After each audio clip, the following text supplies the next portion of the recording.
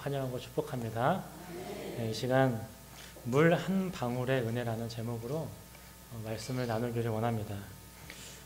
지난주에 오지선교 팀의 팀장님들과 함께 오지선교 답사를 다녀오게 되었습니다. 이번 오지선교를 가게 될 곳이 잘 아시다시피 전라남도 진도군 어디죠? 관사도라는 섬입니다. 답사를 가기 전부터 제 안에 한 가지 기도 제목이 있었습니다. 어떤 기도 제목이었냐면 현재의 진도 땅에 비가 오지 않아서 극심한 가뭄 때문에 물이 부족하다라는 얘기를 들었기 때문입니다. 그래서 섬에 물이 부족하면 아무리 그 작은 섬에 30명이라는 선교팀이 들어가야 되는데 사역하기에 제약이 되기 때문에 좀 비가 좀 많이 왔으면 좋겠다, 혹은 사역하기에 필요한 물이 좀 있었으면 좋겠다라는 마음의 기도 제목을 가지고 답사를 떠나게 되었습니다. 근데 안타깝게도 가서 얘기를 들어보니 진도에는 3개월 동안 거의 비가 오지 않았다고 합니다. 그러니까 극심한 가뭄이 온 것이죠. 장마 때에도 비가 오지 않았습니다. 다행히도 이 관사도 이 섬에는 수도 시설이 있어서 하루에 딱 1시간씩 물을 보내준다고 합니다. 그래서 그 1시간 동안 각 집의 물탱크에 물을 담으면 그 담겨진 물탱크의 물로 하루 동안 쓰는 것이죠. 다행히도 저희 선교팀이 쓸 물의 양 정도는 된다고 해서 다행히도 물이 충분하다는 얘기를 듣고 이제 돌아오게 되었죠. 이번 선교팀 사역하기에 그 충분한 양, 그래서 안심하는 마음으로 돌아왔습니다. 여러분 신기하지 않습니까? 이렇게 장마진 장마 기간에 이 조그마한 한국 땅에서 서울은 비가 참 많이 왔는데, 비가 많이 와서 물난리가 난 지역도 있는데, 이 작은 땅에 어떤 곳은 관사도처럼 극심한 가뭄에 겪기도 합니다.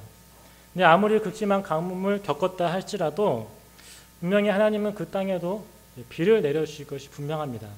그래서 한 가지 기도 부탁을 드립니다. 우리 한강교회 선교팀이 가기 전에 관사도 땅에 충분한 비가 내릴 수 있도록 꼭 기도해 주시기 바랍니다.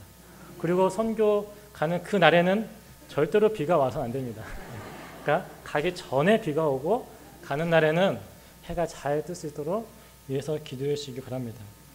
여러분, 그런데 오늘 본문에 보니까, 오늘 성경 읽은 본문에 물 한 방울의 은혜조차 허락되지 않는 곳이 있다고 합니다. 물 한 방울의 은혜조차. 24절 말씀을 한번 같이 읽겠습니다. 시작. 불러 이르되 아버지 아브라함이여 나를 긍휼히 여기사 나사로를 보내어 그 손가락 끝에 물을 찍어 내 혀를 서늘하게 하소서. 내가 이 불꽃 가운데서 괴로워하나이다. 아멘.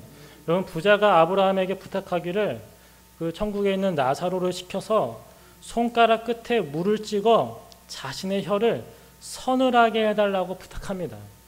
여러분, 관사도 땅에 비를 내려달라는 기도 제목에 비하면 너무 작은 소원 아닙니까?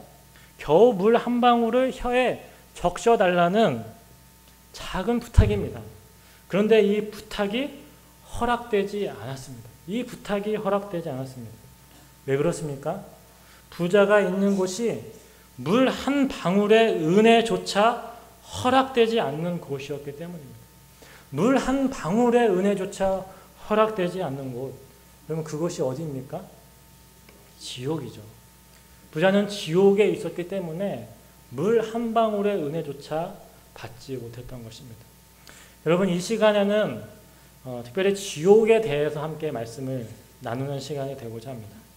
여러분은 언제 지옥에 대해서 처음 들어보셨습니까? 제 기억으로는 저희 주일학교 선생님께서 저에게 처음으로 지옥에 대해서 말씀을 주셨습니다. 근데 이 주일학교 선생님께서 얼마나 지옥에 대해서 끔찍하고 고통스럽고 정말 리얼하게 표현을 하시는지 정말 저는 선생님이 지옥에 갔다 온 것만 같았습니다. 그래서 그 어린 마음에 나는 절대 지옥에 가지 않겠다. 난 절대 지옥에 가지 않을 거야 라고 결심했던 기억이 납니다. 여러분은 언제 지옥에 대해서 알게 되셨습니까? 이 시간에 지옥에 대해서 말씀을 나누고자 하는데, 혹시 이런 마음을 가지고 계신 분이 계실지 모르겠습니다. 나는 예수 믿고 천국 가는데 뭐하러 내가 지옥을 알아야 되냐 하는 생각, 혹은 설교 제목에 은혜라고 써있어서 아는데 아이고 은혜 받긴 글렀구나 라고 하는 혹시 마음이 드십니까? 혹은 내가 지금 사는 것이 지옥인데, 내가 사는 게 지옥인데 뭘 더 지옥에 대해서 듣나라는 그런 마음을 가지고 계시지 않습니까? 사랑하는 성도 여러분, 우리가 예수님 믿고 천국 가야 하지만, 그리고 천국에 가게 되었지만 우리는 지옥에 대해서 분명히 알고 기억해야 됩니다. 비록 우리의 삶이 지옥 같은 끔찍한 일을 겪고 있다 할지라도, 정말 힘들고 위로가 필요한 그때라도 우리는 분명히 지옥에 대해서 알고 기억해야 됩니다. 그럼 왜 우리가 지옥에 대해서 알아야 합니까? 첫째로는 성경이 지옥에 대해서 말씀하고 있기 때문입니다. 성경에 분명히 지옥에 대해서 말씀하고 있습니다. 그것도 아주 짧은 부분을 말씀하는 것이 아니라 성경의 상당 부분 지옥에 대해서 우리에게 알려주고 있습니다. 구약 성경에 보면 얼마나 많은 죄인들이 하나님 앞에 반역함으로 하나님의 그 진노 아래 죄의 형벌을 받았는지 우리에게 소개해 주고 있습니다. 신약에 보면 지옥의 존재, 지옥이 어떤 곳인지 상세하게 우리에게 설명해 주고 있습니다. 즉, 하나님께서는 우리가 지옥이 어떤 곳인지 알기를 원하신다라는 것입니다. 하나님은 지옥이 어떤 곳인지 숨겨두시지 않으셨습니다. 하나님은 지옥이 어떤 곳인지 밝혀주시고 분명하게 말씀하셨고, 우리가 분명히 알아들을 수 있도록, 우리가 이해할 수 있도록 우리에게 분명히 경고하시고 지옥에 대해서 알려주셨다라는 것입니다. 어느 누구도 지옥에 가서 하나님, 제가 이 지옥에 대해서는 들어본 적이 없습니다. 왜 진작 얘기해 주지 않았습니까? 라고 변명할 수 없을 정도로 하나님은 너무나 분명하게 말씀 속에서 지옥에 대해서 우리에게 밝히 알려주고 계시다는 것입니다. 그렇기에 우리는 지옥에 대해서 분명하게 알아야 합니다. 둘째로 왜 우리가 지옥에 대해서 알아야 하냐면 바로 이 지옥에 대한 불신 때문입니다. 지옥에 대한 불신. 여러분, 정말 한번 세상 사람들에게 지옥에 대해서 한번 얘기해 보십시오. 어떤 반응이 올까요? 콧방귀를 끼면서 오히려 우리에게 화를 낼지 모르겠습니다. 뭐하러 그런 얘기 하냐고, 뭐하러 쓸데없는 얘기 하냐고, 어린아이에게나 그런 얘기 하지 다 큰 성인에게 지금 뭐하는 얘기냐고 할지 모르겠습니다. 세상은 지옥에 대해서 알려고 하지 않을 뿐더러 지옥을 거부합니다. 영원한 지옥문이 자신들 앞에 정말 활짝 열려 있음에도 불구하고 눈을 떠서 지옥을 보려고 하지 않습니다. 오히려 눈을 감아버리고 나는 안전하다, 나는 괜찮다라고 자신들이 안전하다고 여깁니다. 그런데 더 큰 문제가 있습니다. 그것은 예수 그리스도를 믿는다고 하는 성도들조차 지옥에 대해서 잊고 살아간다는 것입니다. 여러분은 얼마나 많이 지옥에 대해서 떠올리셨고, 지옥에 대해서 배우셨고, 지옥에 대해서 알고 계십니까? 혹 마치 나는 지옥에 갈 사람이 아닌 것처럼, 마치 나는 지옥과 아무런 상관이 없는 것처럼 살아가고 계시지는 않으십니까? 제가 결혼을 하고 나서 제 안에 문득문득 드는 생각이 있습니다. 제 안에 제가 결혼 후에 제가 문득문득 하는 생각이 무엇이냐면, 휴, 다행이다 라는 것입니다. 정말 다행이다. 이게 무슨 뜻이냐면, 내가 다른 사람이랑 결혼 안 하고 이 여자랑 결혼한 게 휴, 다행이다 라는 마음입니다. 정말입니다.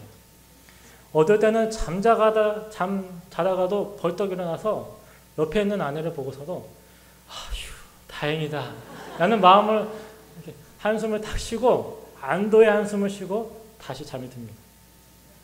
내가 다른 여자와 결혼했으면 참 끔찍한 삶을 살았을 텐데 지금 아내와 결혼해서 이렇게 행복하니 얼마나 다행입니까? 특히 이제 지금 아내가 아닌 그 전에 사귀었던 내가 그 여자와 결혼 안 하고 내가 그때 헤어지고 지금 아내를 만난 게 휴, 다행이다 라는 그 마음을 얼마나 많이 가졌는지 모릅니다. 여기 계신 모든 남편들의 동일한 마음이죠. 그런데 여러분, 말씀을 준비하면서 제가 하나님 앞에 너무나 회개하고 부끄러웠습니다.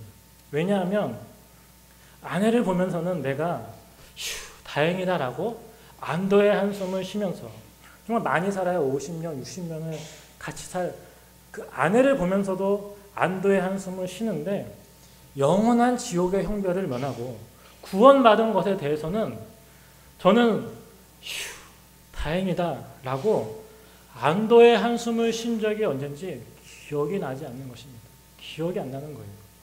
마치 저는 구원받는 것이 당연한 것처럼, 마치 저는 제가 잘나서 제가 구원받을 만해서 마치 저는 지옥에 갈 사람이 아니라 당연히 천국에 갈 만한 사람이어서 내가 천국 가는 것으로 여기고 그렇게 살아왔다는 것입니다. 저야말로 지옥을 잊고 살았고, 마치 지옥이 없는 것처럼 살았고, 마치 내가 죄인이 아닌 것처럼 살아온 불신앙의 삶을 살아온 것이죠. 얼마나 하나님 앞에 부끄럽고 죄송스럽고 회개하게 되는지 모릅니다. 근데 여러분, 혹시 여러분은 내가 영원한 그 지옥의 형벌에서 구원받은 것에 대해서 휴, 다행이다 라는 안도의 한숨을 언제 쉬어보셨습니까? 언제 그 안도의 한숨을 쉬어보셨다는 것입니다. 아니면 마치 나는 지옥에 갈 사람이 아닌 것처럼, 나는 죄인이 아닌 것처럼, 지옥과 아무런 상관이 없는 사람인 것처럼 혹시 살아오시지는 않으셨다는 것입니다. 그렇기에 우리는 지옥에 대해서 배워야 합니다. 지옥이 어떤 곳인지 다시 한번 떠올려야 됩니다. 말씀을 들어야 됩니다. 우리가 얼마나 죄인이고 얼마나 끔찍한 상황에 놓여 있었는지, 그리고 우리가 얻은 이 구원이 얼마나 큰 은혜인지 우리가 알아야 하는 것입니다. 그렇게 우리는 지옥에 대해서 배워야 하고 알아야 하고 또 기억해야 합니다. 그럼 지옥이 어떤 곳입니까? 말씀을 통해서 알아보기를 원합니다. 여러분, 놀랍게도 지옥에 대해서 가장 많이 말씀하신 분이 누구신지 아십니까? 바로 예수님입니다. 예수님께서 지옥에 대해서 가장 많이 말씀하셨습니다. 예수님은 지옥에 대해서 다양한 표현으로 지옥을 소개하셨습니다. 예수님은 불신자가 영원히 형벌받는 장소를 지옥이라고 말씀하셨습니다. 지옥. 마태복음 23장 15절입니다. 같이 한번 읽겠습니다. 시작. 화 있으신 저 외식하는 서기관들과 바리새인이여, 너희는 교인 한 사람을 얻기 위하여 바다와 육지를 두루 다니다가 생기면 너희보다 배나 더 지옥 자식이 되게 하는도다. 아멘. 아멘이 적으시군요. 아멘. 예수님은 또한 지옥의 판결을 피할 수 없다고 책망하시기도 하셨습니다. 너희가 절대 지옥의 판결을 피할 수 없다. 마태복음 23장 33절입니다. 같이 읽겠습니다. 시작. 뱀들아, 독사의 새끼들아, 너희가 어떻게 지옥의 판결을 피하겠느냐. 아멘. 또한 예수님은 눈이 죄를 지으면 눈을 떼버리고, 손과 발이 죄를 지으면 손과 발을 떼버려서라도 지옥에 들어가서는 안 된다라고 말씀하셨죠. 또 예수님은 지옥을 어떻게 표현하셨냐면 불과 연관시켜서 지옥불 혹은 꺼지지 않는 불 혹은 영원한 불 등으로 지옥을 다양하게 표현해 주셨습니다. 대표적으로 마태복음 5장 22절입니다. 시작. 나는 너희에게 이르노니 형제에게 노하는 자마다 심판을 받게 되고, 형제에 대하여 나가라 하는 자는 공회에 잡혀가게 되고, 미련한 놈이라 하는 자는 지옥 불에 들어가게 되리라. 아멘. 또한 예수님은 지옥을 바깥 어두운 곳이라고 표현하시면서 울며 이를 갈 것이라고 말씀하셨습니다.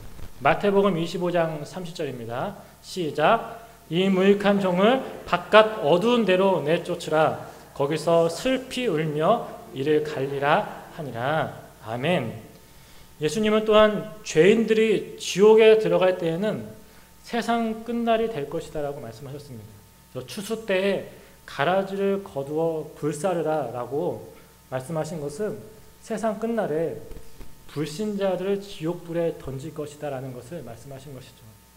또 예수님은 지옥이 몸과 영혼이 모두 고통받는 곳으로 말씀하셨습니다. 예수님은 지옥에서는 불신자뿐만 아니라 마귀와 마귀의 부하인 타락한 천사들과 함께 그 지옥불에 던져질 것이라고 말씀하셨습니다. 마태복음 25장 41절입니다. 시작.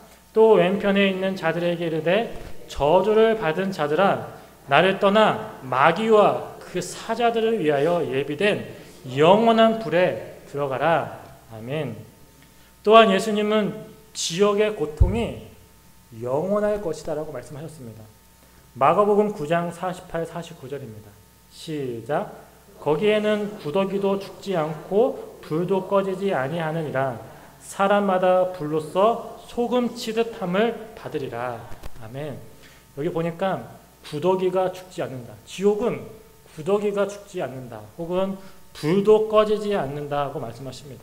이것은 그 고통이 영원하다라는 것을 말씀하시는 겁니다. 시체를 내버려 두면 그 시체에는 구더기가 생깁니다. 구더기가 시체를 다 먹으면 구더기는 더 이상 먹을 게 없어서 죽고 말죠. 그런데 구더기가 죽지 않는다는 것은 구더기가 파먹는 시체가 영원히 사라지지 않는다는 것을 말합니다. 그는 영원히 지옥의 고통이 영원하다는 것을 말씀하는 것이죠. 또한 지옥에는 사람마다 불로 소금 치듯 받는다. 이것도 고통이 영원하다는 것을 말씀하고 계신 것입니다. 이렇게 예수님은 지옥에 대해서 누가 지옥에 가는지, 그 지옥이 얼마나 끔찍한지, 그리고 지옥의 고통이 영원하다는 것을 말씀하시며 우리에게 분명하게 경고하셨습니다. 또한 예수님뿐만 아니라 예수님의 제자였던 사도들도 지옥에 대해서 이렇게 표현하였습니다. 사도 바울은 지옥의 형벌을 죄에 대한 하나님의 심판과 진노다라고 표현하였습니다. 로마서 2장 5절입니다. 시작. 다만 내 고집과 회개하지 아니한 마음을 따라 진노의 날, 곧 하나님의 의로우신 심판이 나타나는 그 날에 임할 진노를 내게 쌓는도다. 아멘. 또 히브리서에 보니까 지옥이 얼마나 무서운 곳인지 이렇게 소개합니다. 히브리서 10장 27에서 29절입니다. 시작. 오직 무서운 마음으로 심판을 기다리는 것과 대적하는 자를 태울 맹렬한 불만 있느니라. 모세의 법을 폐한 자도 두세 증인으로 말미암아 불쌍히 여김을 받지 못하고 죽었거늘 하물며 하늘의 아들을 짓밟고 자기를 거룩하게 한 언약의 피를 부정한 것으로 여기고 은혜의 성령을 욕되게 하는 자가 당연히 받을 형벌은 얼마나 더 무겁겠느냐 너희는 생각하라. 아멘. 또 사도 베드로는 지옥을 캄캄한 어둠이다라고 표현하기도 했습니다. 베드로후서 2장 17절입니다. 시작. 이 사람들은 물 없는 샘이요 광풍에 밀려가는 안개니 그들을 위하여 캄캄한 어둠이 예비되어 있나니. 아멘. 또 사도 요한입니다. 마지막으로 사도 요한은 지옥에서 고난이 세세토록 밤낮 지속될 것이다 라고 표현하였습니다. 요한계시록 14장 10절입니다. 시작. 그도 하나님의 진노의 포도주를 마시리니 그 진노의 잔에 섞인 것이 없이 부은 포도주라. 거룩한 천사들 앞과 어린 양 앞에서 불과 유황으로 고난을 받으리니 그 고난의 연기가 세세토록 올라가리로다. 짐승과 그의 우상에게 경배하고 그의 이름표를 받은 자는 누구든지 밤낮 쉼을 얻지 못하리라 하더라. 아멘.